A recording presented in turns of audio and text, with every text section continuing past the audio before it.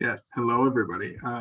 If you are here and you got the chance to, please go ahead and put your name and affiliation in the chat too, so we know who is here. Give everyone a few minutes to join up. Go ahead, throw your name and affiliation in the chat when you're ready.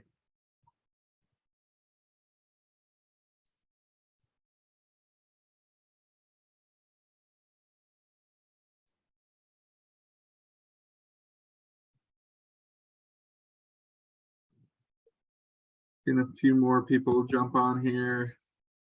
Hi, everybody. Go ahead, put your name and affiliation in the chat when you're ready. I'm going to give everyone a few more minutes to jump on here. Go ahead and get started.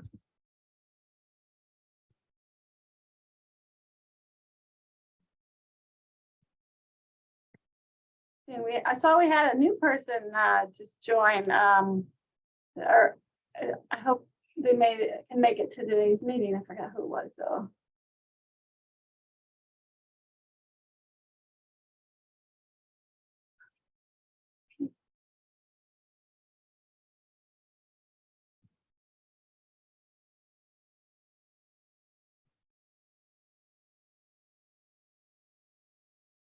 Hello, hello. A few more people on. Again, names and affiliation in the chat.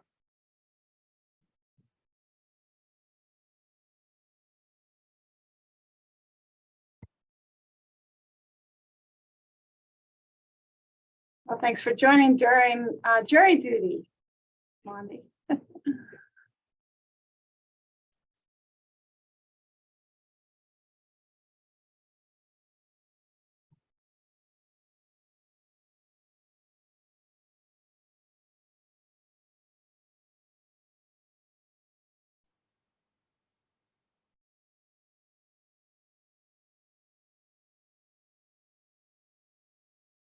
Two more people jumping on. Hello, everybody.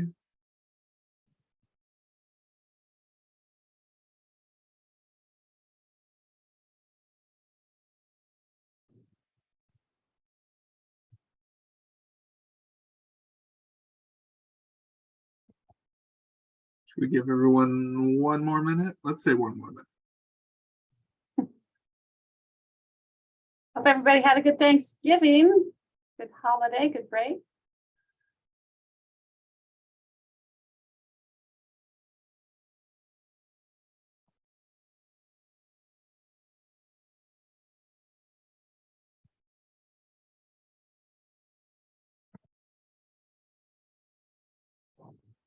And if you haven't already, go ahead and put your name and affiliation in the chat too for those who have just joined, so we know who is here.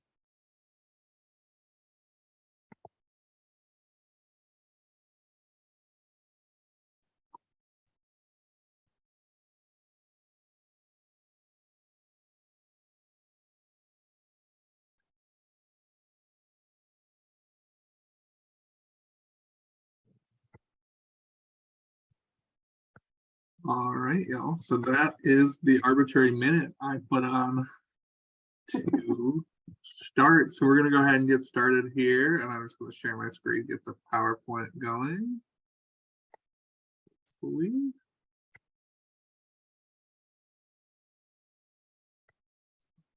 So yeah, for those of you who are new, should we just do the introductions to the co-leads? Yeah, I have it on the slides.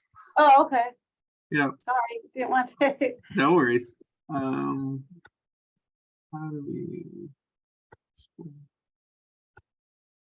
Okay. Everyone able to see that? We able to see that?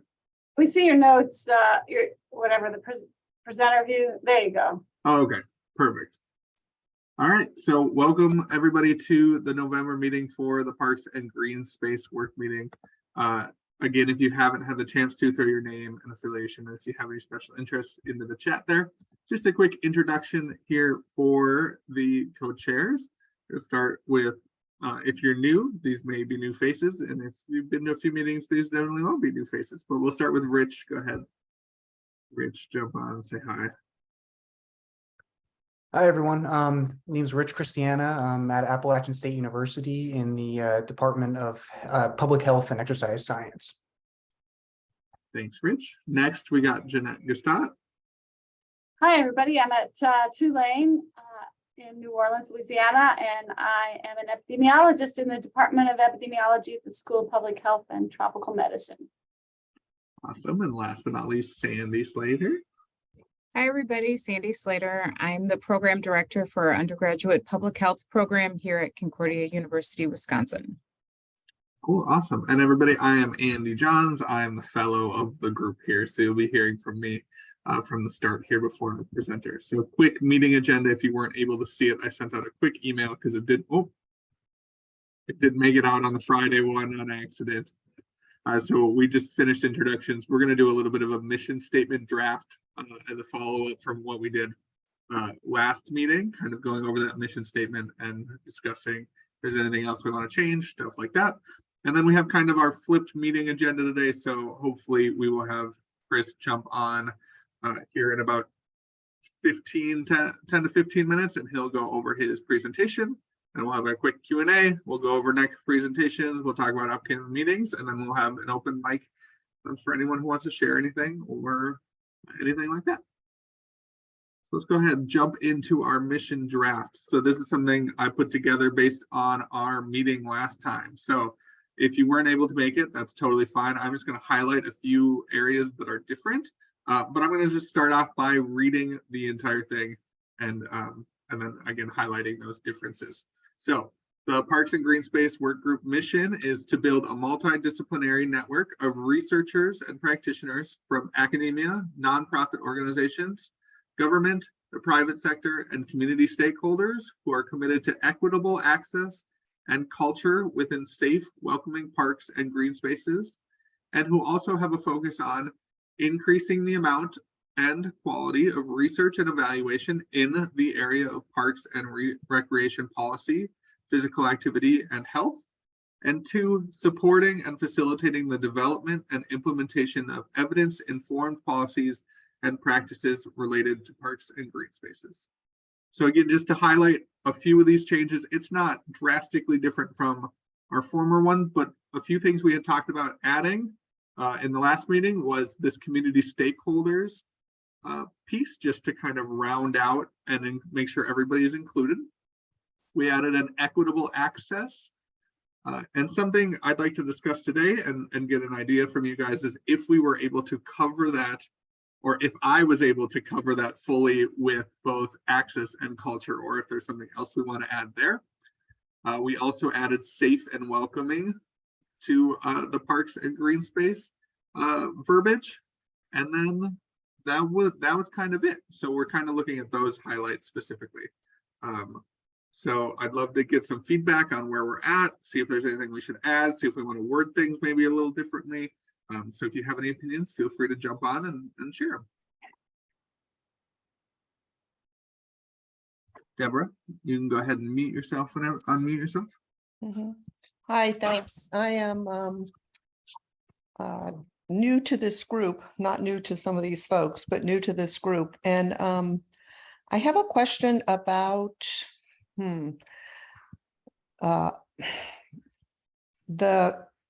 let me just kind of frame this. Oregon State University has a program for named Outdoor Recreation Economy. And there's a big absence, a gap in the relationship between health and outdoor recreation, and particularly when outdoor recreation is driven by economic impact.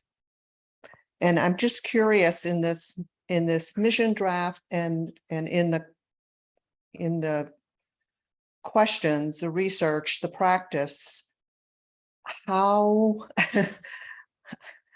outdoor recreation spaces that are driven by economic impact are included in this work.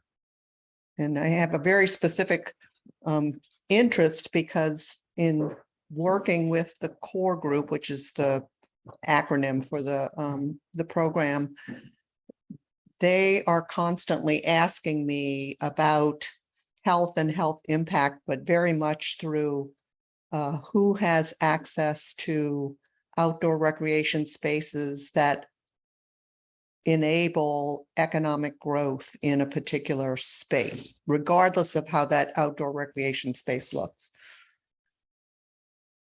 I know it's a lot, but I'm just really curious here. That's why I'm here.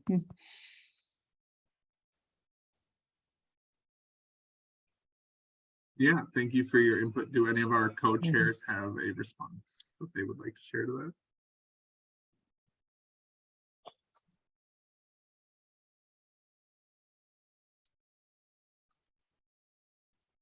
Jeanette, I don't know if you were going to say anything because you're off mute or. Oh, I'm just never went on mute. Sorry. I'm in a quiet space. Go ahead. Please.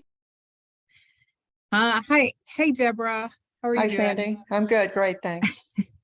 That's a good question. I guess, you know, it's potentially, it could be potentially a sub theme under, you know, like increasing the amount. Well, I mean, it could be a sub theme under one of our broad themes here.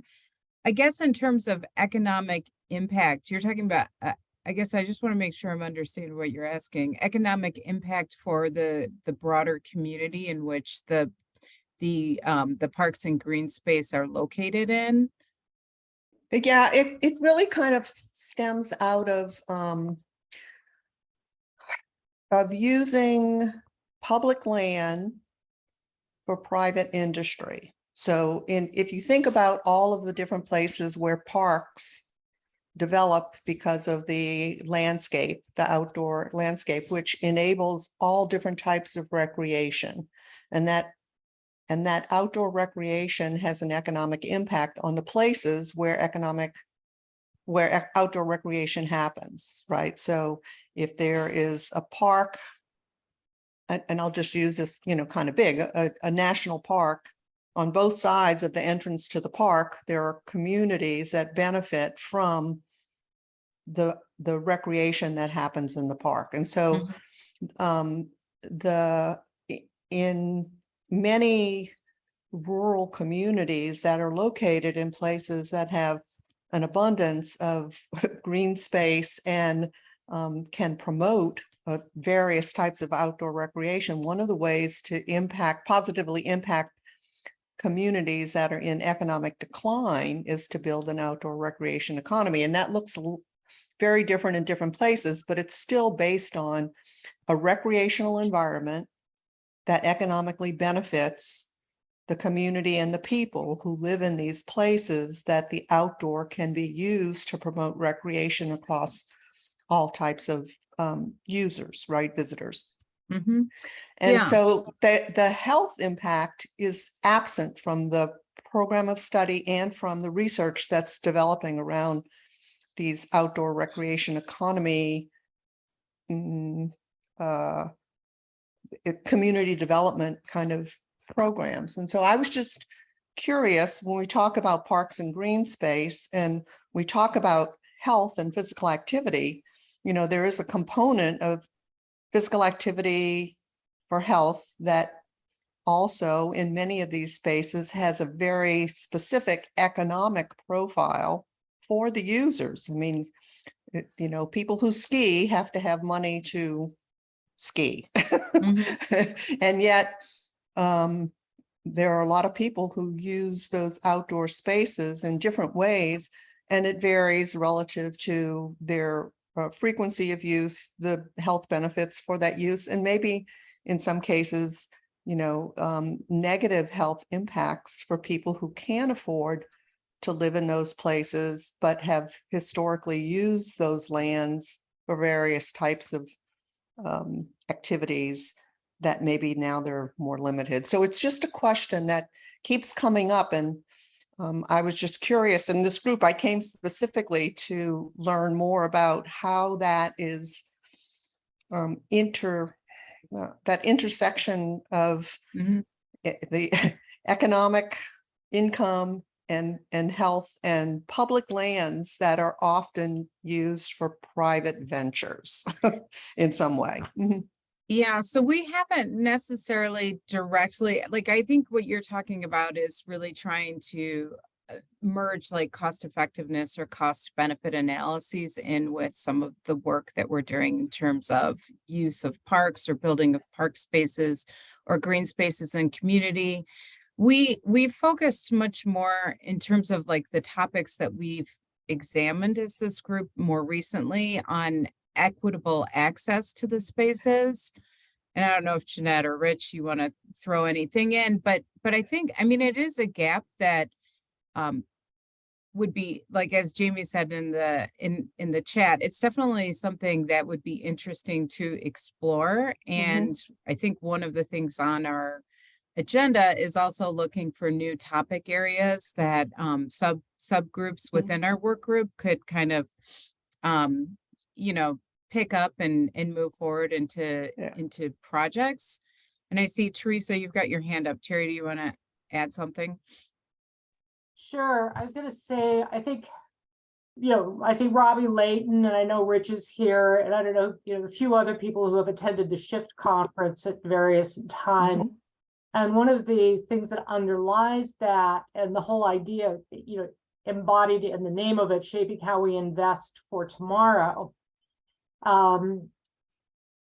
is based on essentially the National Parks Service's campaign starting in about 2010, the Healthy People, Healthy Parks, is how to use messaging and information about the health benefits of parks to make parks more relevant and to increase the general public's interest in parks, to help make them more sustainable.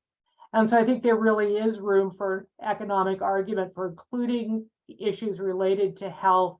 You know, what Sandy was starting to say about the cost effectiveness, the impact on, you know, both the health of the local communities and as a place for people to come to parks, both for physical activity and for psychological and mental health restoration. And I think for many of us, the economic benefits has been more of a subtext, and something we would like to deal with is trying to address, you know, how do we show that economic impact? And so that's been, I think, an important area of discussion. And I agree with Sandy, the comment about having a presentation at some point on the economic value. Yeah, if I could, this is Deborah again, thanks. I appreciate that. And I heard two things. And so I heard equitable access, and that has been kind of my subtext in the whole conversation with the core group, is that the equitable access often has a cost when the economic benefit is prioritized, if that makes any sense. So people who have the least economic resources, when outdoor recreation economies are driving development, then access to the parks is, or green spaces, public lands, outdoor recreation spaces are limited to people who can afford access. You know, so the affordability shifts when economic drivers are driving development. And that is probably where my questions, my and my interest, my research is fueled, right? So when a fee gets added to the cost of access to public lands, and development requires often some sort of fee structure in order to support the development, and that includes the housing and everything else that goes along with it, then the people that have the least economic resources are sometimes shut out from access. And that includes livability of the communities where development happens. So I'm very much interested in the equity component and the intersection between economically driven development and health impact on people who may or may not have access to the outdoor recreation spaces, parks and green spaces, because of factors that limit their easy access. And that there's all kinds of, factors, including,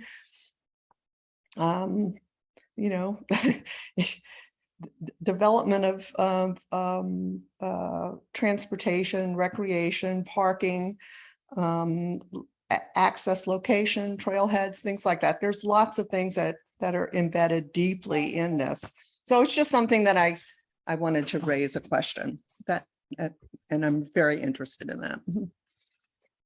Okay, thanks for that. Laura, did you have something you want to say?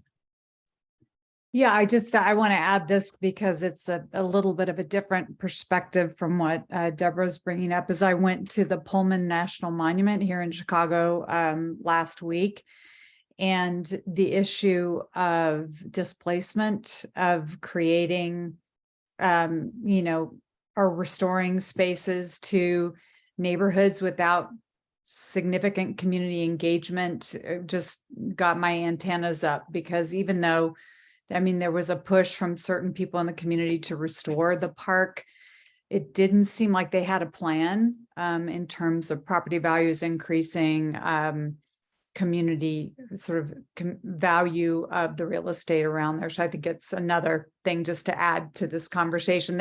They're offering yoga classes to the community, and I don't think they do have a Healthy Parks, Healthy People initiative, but I don't know to what extent the community is helping guide the development of this process and the development of a land trust or anything like that.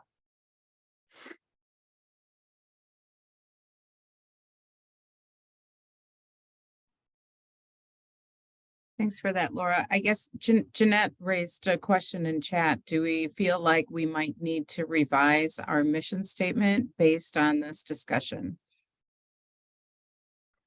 I was kind of thinking, through that, I look at the mission statement, and I think there's a couple things that to me kind of speak to this, not directly, but definitely are involved with this, including the equity piece, the private sector, and policy. Like those are kind of the key things I think are already in the mission statement that definitely speak to this issue, and kind of covering the fact that this is also included in what in this discussion.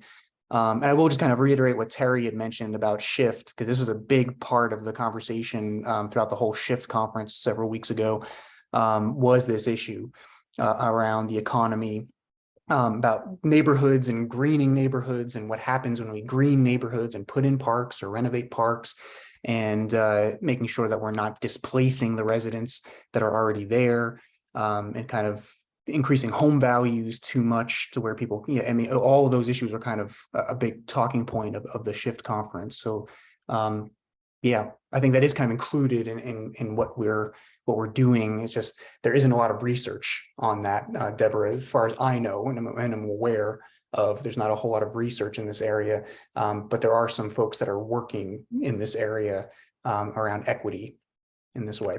But yeah. Jamie, I saw that you had your hand up. You have something to add to that? Yeah, I was just going to basically say what Rich just said, that I feel like it's sort of embedded within particularly number 2 in this mission draft. And I sort of feel like if there's agreement in this group to explore this topic further, which I certainly would be interested in learning more and delving into this further, then maybe down the road, there's an opportunity for considering revising the mission statement. But until PAPREN and this group sort of delve into that area further, I think it's premature to change the mission statement to add it right now. But I personally would love to see us hear more about it and learn more about it and figure out, the extent to which the mission statement could be revised. The other thing I will say about all these mission statements for all the work groups is they're sort of the umbrellas, right? And then all the subtopics that fall under them, there's nothing excluding anything other than out of scope. And so I think what Deborah has raised is completely within scope and across multiple groups, Deborah, not just this one, as you know, the equity group too. So maybe that's another topic that we could do like a joint work group present panel on or something like that across the two groups, because I think there'd be a lot of interest there. Yeah, Yes. I agree. I think, oh, sorry, ahead, was that Sandy. you, Andy? Go ahead. I was gonna say, I agree. I think we can definitely explore the, and see if we can find a relevant speaker that we can have on a future work group meeting. And we can also explore, you know, some kind of subgroup that could take on this topic and maybe just do a scoping review or something of the literature. But I think in the interest of time, we also want to make sure that we save enough time for our speaker today. So we might want to move on in our agenda right now. Yeah, unfortunately, Chris has not joined the meeting yet, so we have a little bit more time to discuss this. I'm He is going to here, shoot him Andy. an email here real quick. But... I think he's Just here. entered. I think Oh, he's is he? here. Hello. Oh, there he is. Oh, Sometimes I've been looking at trying to see when he joined. Hi, Chris. Hi, how's it going? Do we need I'm sorry, before we introduce Chris, and hello, thank you for attending. Yeah. Do we need a vote or a pass or something on the mission statement? How do we wrap this up? Do we look into it for next time? What did you all want to do?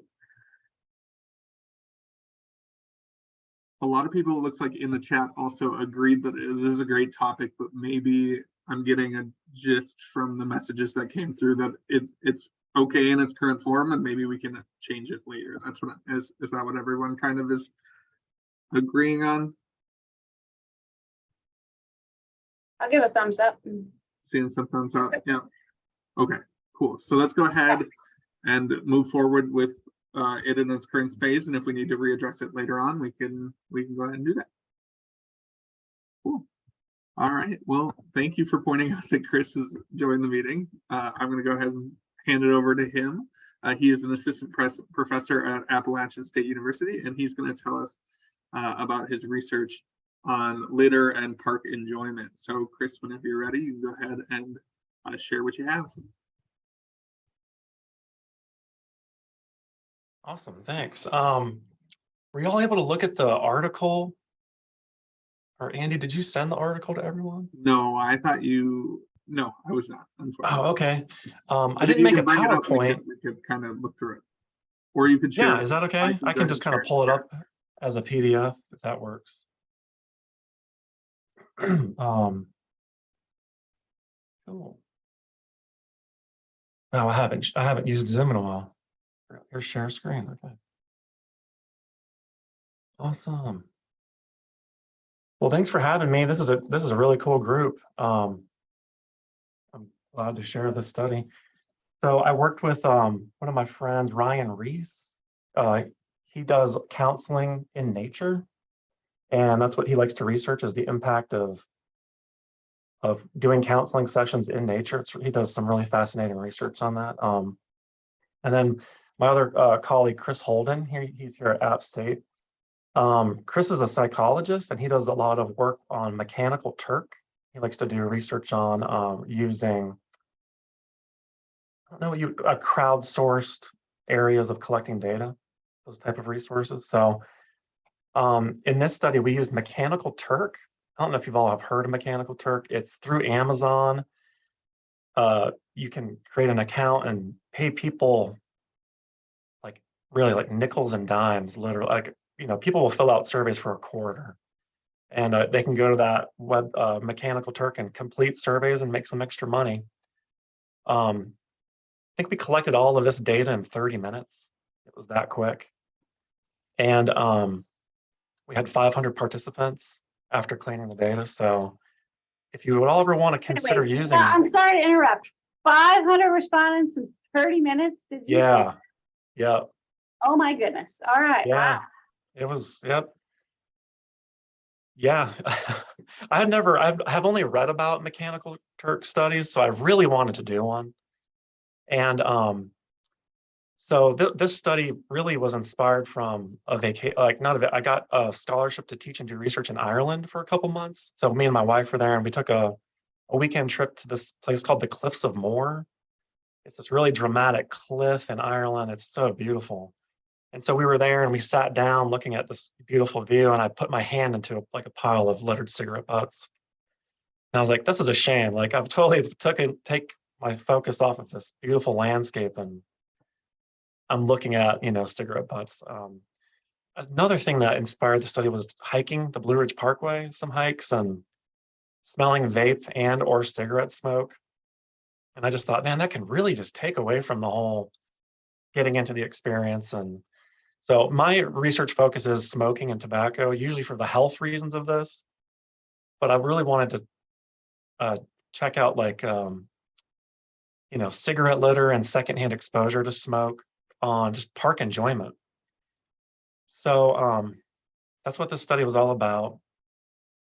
And so in 2016, I'm assuming a lot of y'all are familiar with this, but the National Recreation Park Association came up with a position statement on tobacco, basically saying like the health impacts are horrible. It can really mess up with the environment. There should be no tobacco allowed in parks, basically. And so as of 2017, out of 19,000 municipalities in the US, 1,500 had ordinance to ban smoking in general, maybe not all of tobacco. And the reasons behind it were the health impacts, the impact on litter. And so this study is looking at what about just park enjoyment in general. And so that position statement does not include anything on e-cigarettes or marijuana use.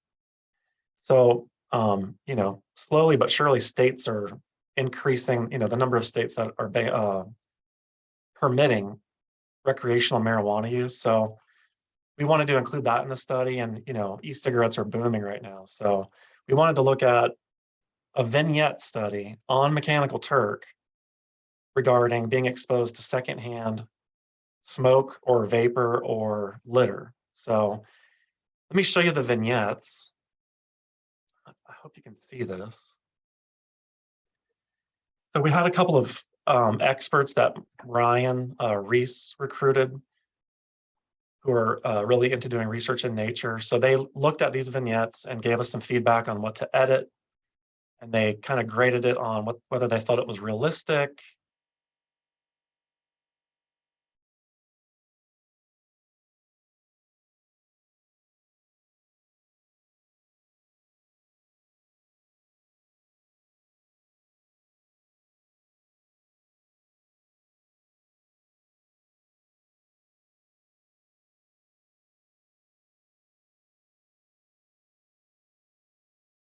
So basically the only thing differing in each of the vignettes is they smelt and saw cigarettes, e-cigarettes or marijuana as they're walking through a park. Did I give you all enough time to look at that? Okay. And so the experts rated it on each vignette on readability, inclusivity, realism, believability. And for the most part, they all agreed. And then we set this up on Mechanical Turk. And so we looked at whether or not people were using any of these substances or not. I can just show you the table of all of the participants here.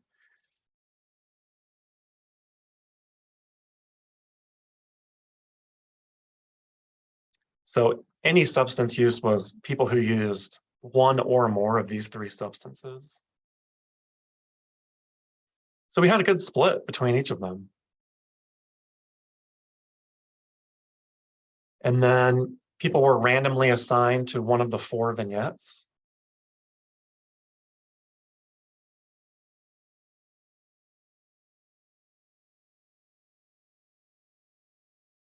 I can scroll down here.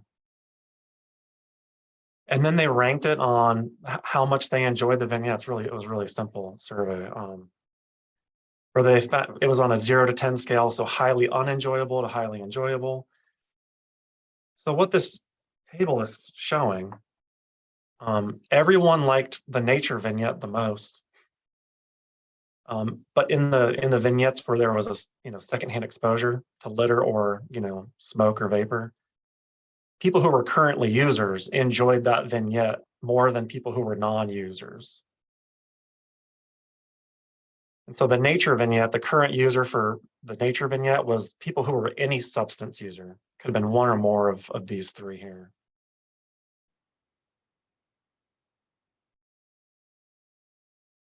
So what does this mean?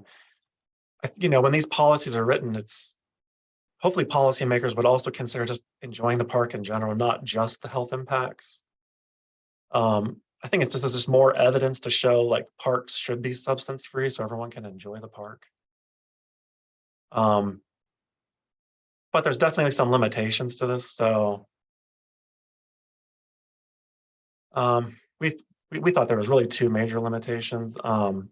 It's a convenient sample. The good thing is we did random assignment to the vignettes. The other thing is, you know, vignettes are cool and it's really easy to, you know, collect data in a park setting using a vignette in your mind, you know. But it's in their imagination, so they're not actually in a park. But for this type of, you know, study, it would be maybe unethical to actually try to expose people to those vapors and litter in a park. So in your mind, it's not really, you know, causing harm to people. So there's only been a handful of studies using park research with crowdsourcing the data. So, you know, collecting data in parks, that takes time. I know Rich, you know, Professor Cristiano has set up video cameras in different studies that he has done to do observational studies. And the amount of time that goes into looking at those videos, and it's just really time consuming. So here's one way with limitations that you could collect this kind of data really quick and really cheap. I can email this to Andy if you'd like to send it to everybody. Yeah, I'm gonna go ahead and send it out here as soon as it's done because I cannot find a good link to put in the chat. So I will get it out to people. Okay, but you have a copy of it, right? I think. Yeah. Okay, cool. So. Well, do y'all have any questions? I kind of breezed through that. It's a really simple study.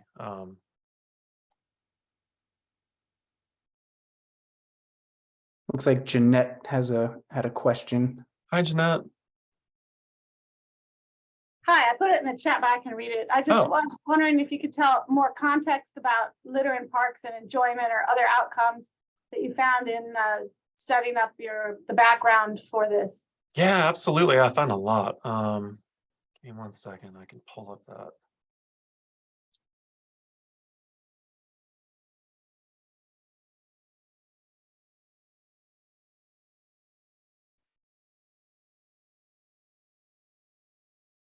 Yeah, here we go.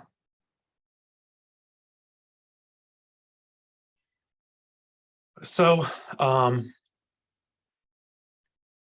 so the literature shows like not just smoke, but just litter in general and odor in general.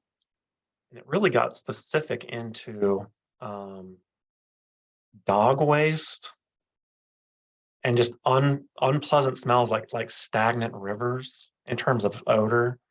The litter in the literature, there was some that included tobacco and some that just mentioned litter in general.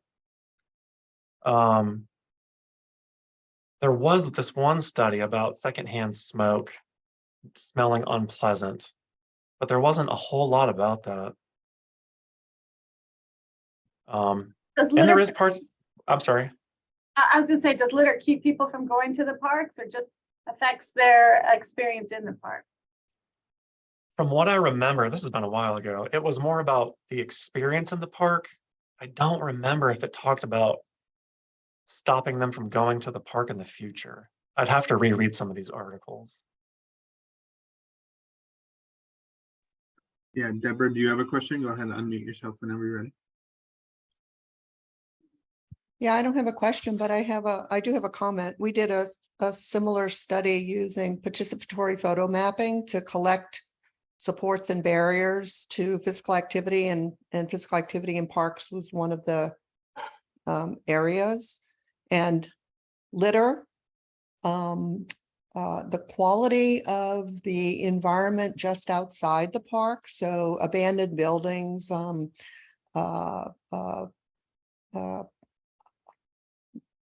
perception of safety risk, all of absolutely different types of odors, litter, cigarette butts, marijuana use, dog waste, all of those things were reported as barriers to using the park.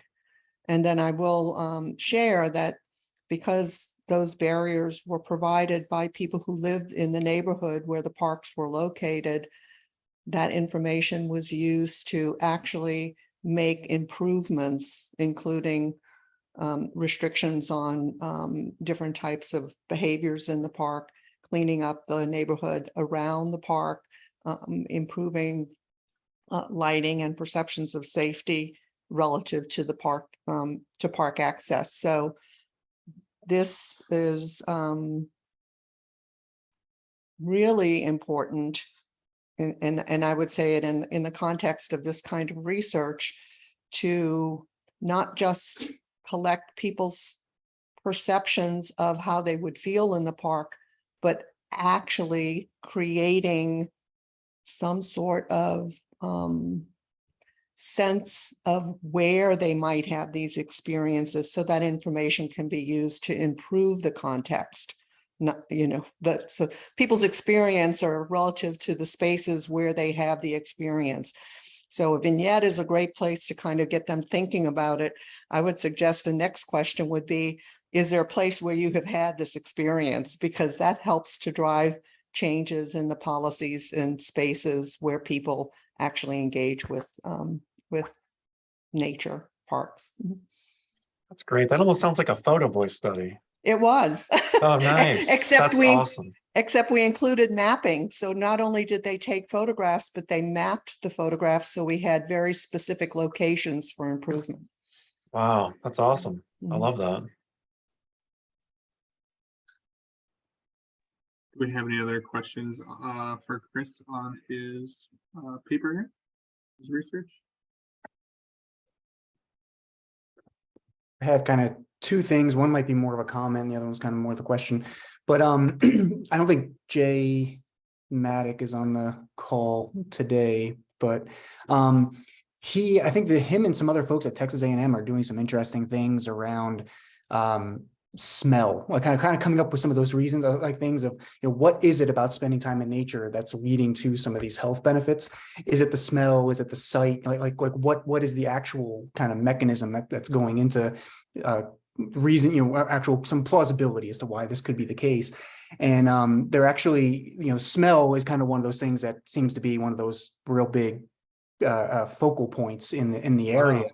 Wow. So they're actually putting people in laboratory settings with like these machines that pump out a very precise measurement of like pine smell, and doing measurements on people smelling smells of nature, not being in nature, but kind of trying to isolate one sense or one piece of nature, and kind of doing that in multiple areas. But, the smell being one of those things.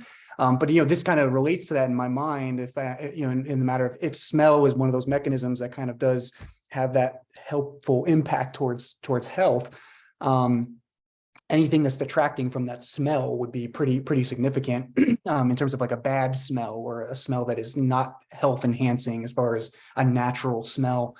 It's just kind of interesting. But my other thing, I guess that was more my comment. My other thing was around the actual mechanical Turks. I was looking at the participants. Is there anything that mechanical Turks kind of shows as far as general participant demographics for folks who actually do complete these surveys, complete these instruments?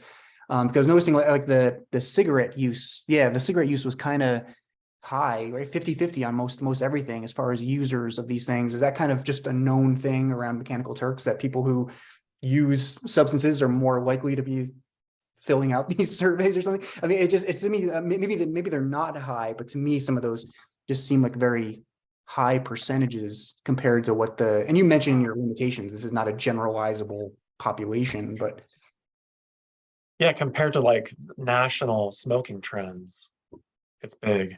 It's big, right? It's high. Yeah.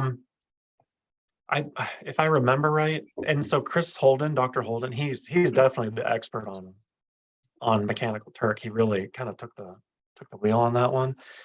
But from what I remember, well, part of it is like you can have filtering questions. And so when participants are going to know what the study is about, so it's possible that people self-selected who were smokers. That's my assumption on that. But there is a lot known about, they're called Turkers, the people who fill out these surveys. There's a lot known about them.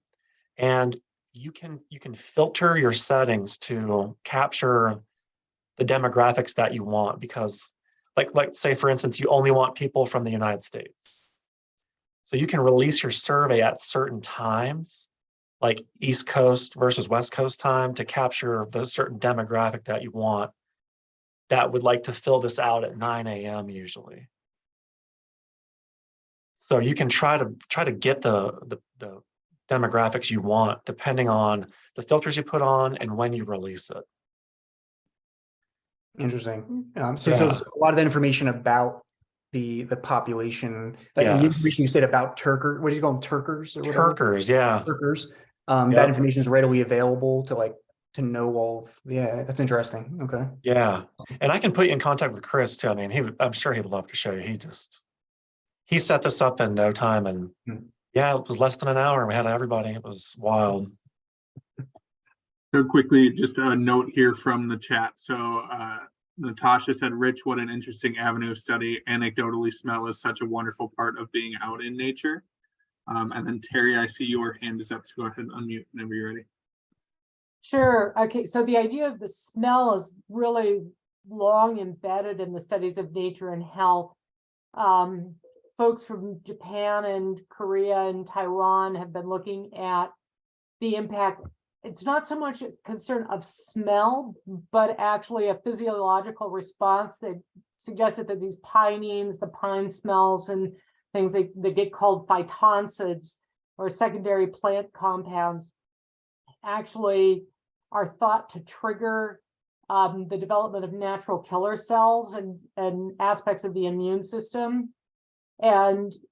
But then, so that's at one level of this. The other side is the just pure attraction versus repellence effect of different smells. So being able to break that down in terms of, is it just I find this pleasant versus at some sort of non-perception level, there is some kind of a physiological response to them. It'll be interesting to see what Jay comes out of with his studies.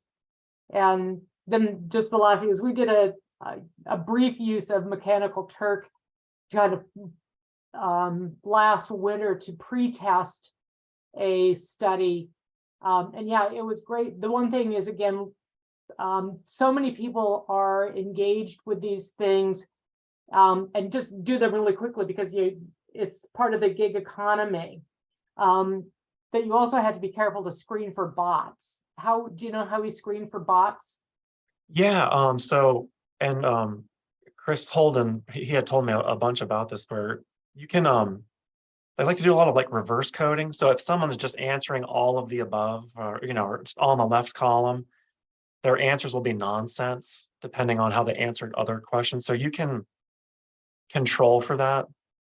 I think a lot of the bots and a lot of the people who are really just racing through, to get the incentive money are used to psychology surveys. So when we developed this, Chris was like, this is no problem, because they've never seen this. They're going to actually have to read this. Versus the usual, psychology surveys, like the Big Five. People have seen those surveys a million times. They can just click through. So in those situations, they kind of reorder the questions so people don't memorize the order. And so, yeah, there are ways to make sure that the people who are just answering through to get the money don't get the money. Or if they only answer one or two questions and exit out, they don't get it. So, yeah, it's fascinating. I wish I was more of an expert on that part of it.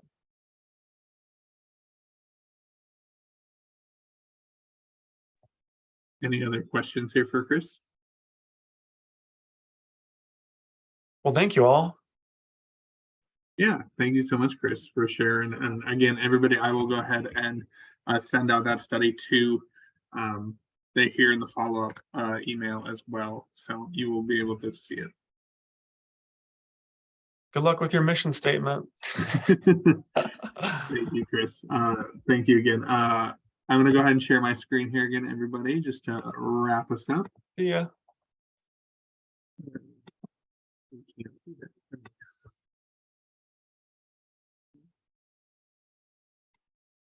We see the power. Now we're in no mode again. Were you able to see that? Yeah, okay, I'm seeing some shaking heads. Good. Okay, so just a quick note on subgroups here. Be aware of your inbox. There will be a survey on interest for projects coming up. So if you have any subgroup projects you may be interested in, there will be a survey coming out soon to get an idea of that. Now let's take a few minutes. Sorry, Andy, we should have a write-in option, I'm assuming. Yep, there will be a write-in option. Yep, absolutely. So now just want to open up the floor to anybody who has anything they want to share. Just in open mic time here for a minute or a few minutes.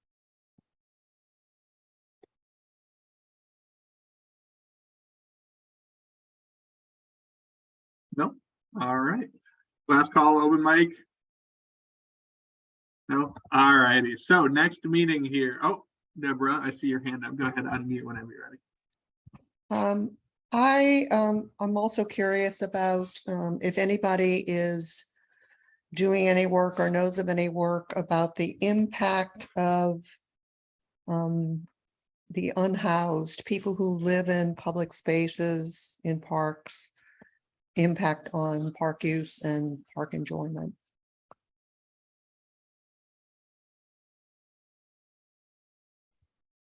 I'm seeing a lot of no's. Nothing. Actually, there's a grad student in my department who has been looking at the use of spaces by unhoused. I'll see what I can find out from him and let you know. Yeah, we have a significant issue. I'm going to call it an issue in Oregon because of policies that basically use of public spaces and how people can use public spaces, and that basically enables a very large unhoused population in the state to use public spaces as their homes, and that tends to impact other people's perceptions of the public space, of the park, of the green space, of the trails that, you know, or public lands. And I'm just really curious if anyone is actually looking at that potential, you know, impact on users. I don't think anyone in this group is, but it is another really interesting topic. Perhaps through that survey that comes out, maybe we can have some, I mean, these are certainly areas that this and the other topic we started at the top of the hour with, that could be potential subgroup projects. So please feel free to add that if you're interested in doing that. I think we haven't explored something like that, and this is certainly fitting and a part of parks and green space and use of those spaces. Yeah. Thanks for bringing that up. Absolutely, and just want to highlight Rich in the chat said another really interesting topic. So yeah, if you're interested in that, feel free when that survey comes out to put that down as an idea for moving forward in those subgroups. I was gonna say, I do know of a little bit of work I remember hearing about years ago, quite a few years ago now, around community gardens and community garden work with homeless populations and integrating homeless populations within their, positioning them within the community as, like, I believe it was almost like these protectors of the community garden, because they were the ones who would be there more often, especially during the work hours and work day. So they were actually the ones who kind of made sure everything was going, like they were actually working the gardens and like became kind of part of the community, and in that way through their work with the community in the garden. Yeah, but anyway, yeah, I'll have to go back and look at that too. That was, yeah, kind of interesting, I remember. Cool. Thanks for sharing, Rich. Final last call, one more time, open mic, anything else anyone wants to share? All right, moving on. So next meeting here will be in January. So in 2023, no December meeting here for this group. But again, keep an eye out for that survey, and a few other questions will be in that survey as well. But our next meeting will be January 30th, 2023. The speakers still to be determined. I've reached out to quite a few people, and we're working on getting that speaker calendar filled out. So if you have anyone that may be interested in speaking to, feel free to reach out to me, or if you have a topic that might pique your interest, again, feel free to reach out to me, ajohns48@tulane.edu.